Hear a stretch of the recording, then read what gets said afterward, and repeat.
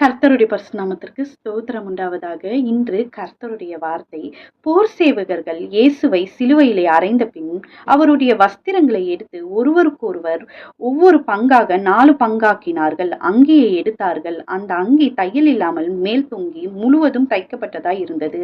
யோவான் 19வது அதிகாரம் 23வது வசனம். ஆமீன்.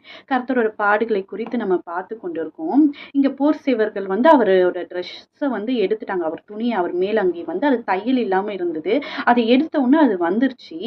நம்ம யோசிச்சு பாருங்க, நிர்வாணப்படுத்துறதுன்றது ரொம்ப ஒரு மோசமான காரியம். பவுல் ஒரு இடத்துல சொல்றாரு, உங்களையும் என்னையும் விட்டு பிரிப்பது எதுவுமே இல்லை, பசியோ நிர்வாணமோ அப்படின்னு சொல்றாரு. அப்ப நிர்வாணம் என்பது அது ஒரு மோசமான காரியம், அருவருக்க காரியம். அங்க இருந்தது அவங்க தாய் இருந்தாங்க, சீடர்கள் இருந்தாங்க, அநேக பெண்கள் இருந்தாங்க, போர் சேவகர்கள் கிட்டத்தட்ட ஒரு 400 பேர் இருந்தாங்க, பொதுமக்கள் இருந்தாங்க. அப்படியாய் அவர் அவ்வளோ ஒரு அசிங்கப்பட்டாரு.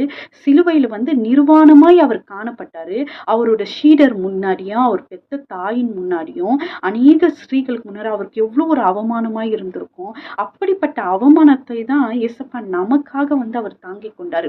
இருக்கிறதுல நினைத்து கூட பார்க்க முடியாத காரியங்கள், ஒரு அவமானப்படுத்துவது என்றது நம்மளால நினைச்சு கூட பார்க்க முடியாது. ஆனா பிசாசு எல்லா ஒரு வஞ்சத்தையும் தீர்த்து கொண்டான். அவர் அவமானப்படுத்தினா, அவர் அசிங்கப்படுத்தினா, அவர் விழுந்து போயிடுவாரு என்று நினைத்து அவன் அதை செய்தான்.